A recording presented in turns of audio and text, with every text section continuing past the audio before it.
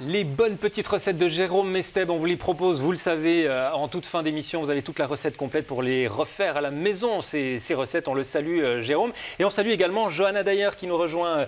Bonjour Johanna. Bonsoir. Bonsoir, bonsoir. On est tout à fait content de vous retrouver ici sur ce plateau. Vous êtes une spécialiste boisson. Et attendez, alors, je vais vous faire un tout petit peu de...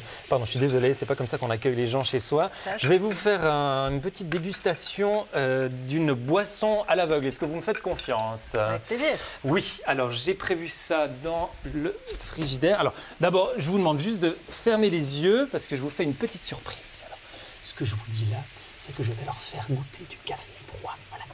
Hops, hops, et hop.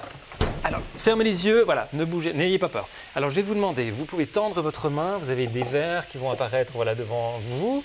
Johanna, vous pouvez vous rapprocher du bar, voilà.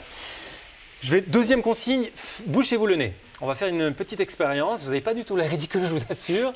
Et essayez de mettre en bouche, sans vous en mettre partout, cette boisson.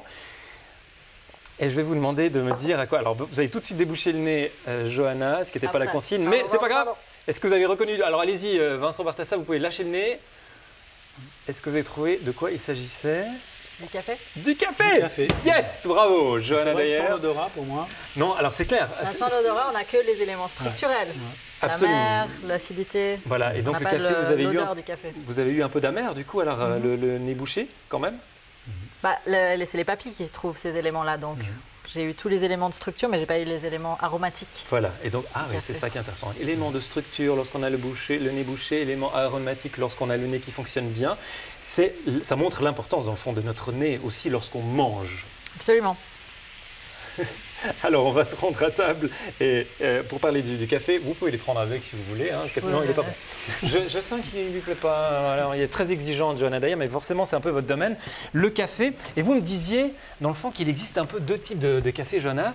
Ce qu'on appelle le café de commodité et le café de spécialité. C'est quoi les différences? Oui, exactement. Alors, le café de commodité, ce n'est pas très intéressant pour nous aujourd'hui pour parler de spécificité, parce que c'est un peu le café basique de tous les jours.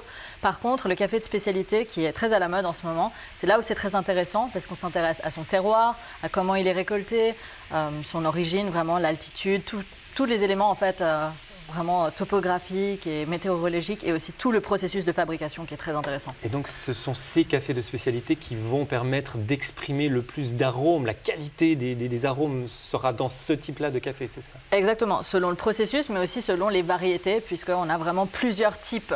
Le café, à la base, ça vient du caféier, donc on l'appelle aussi coffea. Et on a l'arabica, je suis sûre que vous avez déjà entendu parler. Bah oui, évidemment. Et puis, donc on a beaucoup de, on va dire, variétés au sein même de l'arbre arabica. Puis on a aussi l'arbre, typiquement le caféier robusta, qui est plus riche en caféine, plus amer, plus robuste et qu'on utilise en moins grande proportion, on va dire, pour des assemblages avec l'arabica. Et dans notre café de spécialité, ce qui est sympathique, c'est de jouer sur ces variétés en fait différentes d'arabica pour avoir vraiment différentes origines comme la Colombie, l'Éthiopie et ainsi de suite. Alors si on essaie de raconter finalement tout le processus à partir de l'arbre, voilà, on va récolter les fèves, c'est ça? Alors on récolte ce qu'on appelle des cerises de café de notre arbre une fois par an. Et puis ensuite on a différentes étapes. Une fois qu'elles sont récoltées pour le processus de séchage, on peut laisser la cerise entière comme là, la faire sécher au soleil ou la laver et ainsi de suite. Mais donc, quand on la lave, elle devient toute claire comme ça, c'est ça? Oui, exactement. Okay. Et puis, mais le processus le plus intéressant, c'est ce qu'on appelle la torréfaction. Donc c'est la dernière étape. On a ce grain de café vert et puis on va arriver jusqu'à ce grain de café plus noir. Et là, on peut faire différents types de torréfaction. Donc une torréfaction qui peut être de 170 à 245 degrés et puis une torréfaction qui dure 90 secondes ou une torréfaction de plus de 20 minutes. Et on part du principe que plus elle est lente, plus elle est qualitative. Alors là, on a mis un certain nombre de grains de café. Je vous laisse Vincent Bartassa en prendre dans les mains. Il y a une espèce de sensation géniale et surtout, alors ça explose après au nez, hein, finalement, ces grains de café. On en consomme, à part ça, nous les Suisses, 8 kilos je crois par année, c'est-à-dire quelque chose comme 1300 tasses de café, c'est-à-dire 3,5 tasses par jour. Vous êtes un gros consommateur de café, Vincent? Dans la moyenne. Dans la moyenne, vous êtes à 3 par jour. Ça sent tellement bon ça. Et donc c'est ce travail-là, dans le fond, fin de torréfaction qui va Johanna, finalement, s'exprimer tous ces arômes. Oui, exactement. Donc on va vraiment pouvoir jouer là-dessus. Il y a 3 éléments dont on parlait avant, l'acidité, l'amertume et puis aussi ce qu'on appelle la sucrosité dans notre café. Et puis plus on va le torréfier, plus on va gagner en amertume, mais on va aussi perdre en acidité. Puis la sucrosité, c'est un espèce de... Le pic de sucrosité, il se trouve un petit peu entre l'amertume et l'acidité. Donc c'est pour ça qu'un torréfacteur, c'est vraiment il bénéficie d'un grand savoir-faire. Il a besoin d'expérience, de savoir-faire et de patience pour trouver vraiment le café parfait qu'il souhaite faire selon son style. Et on dit que pendant la torréfaction, on a à peu près 800, on peut avoir jusqu'à 800 arômes différents qui se dégagent. Donc c'est très important de vraiment faire ça de manière très minutieuse.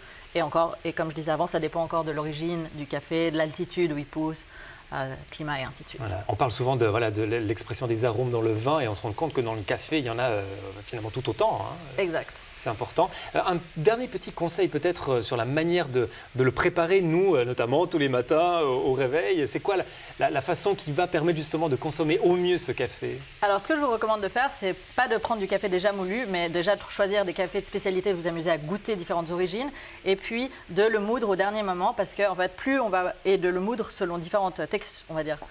Épaisseur, plus c'est fin, plus vous allez avoir une surface de contact importante et plus vous allez avoir en fait l'eau qui va agir comme solvant, qui va vous permettre d'extraire des arômes et donc vous allez plus ou moins pouvoir apprécier davantage votre café que si votre café a déjà été moulu au préalable. Donc soit la cafetière italienne, c'est un de mes coups de cœur, et aussi une comme vous avez là-bas, vraiment la cafetière pour faire les espressos aussi à l'italienne. Merci pour toutes vos explications, Johanna. On ne mangera et on ne consommera surtout plus tout à fait notre café de la même manière.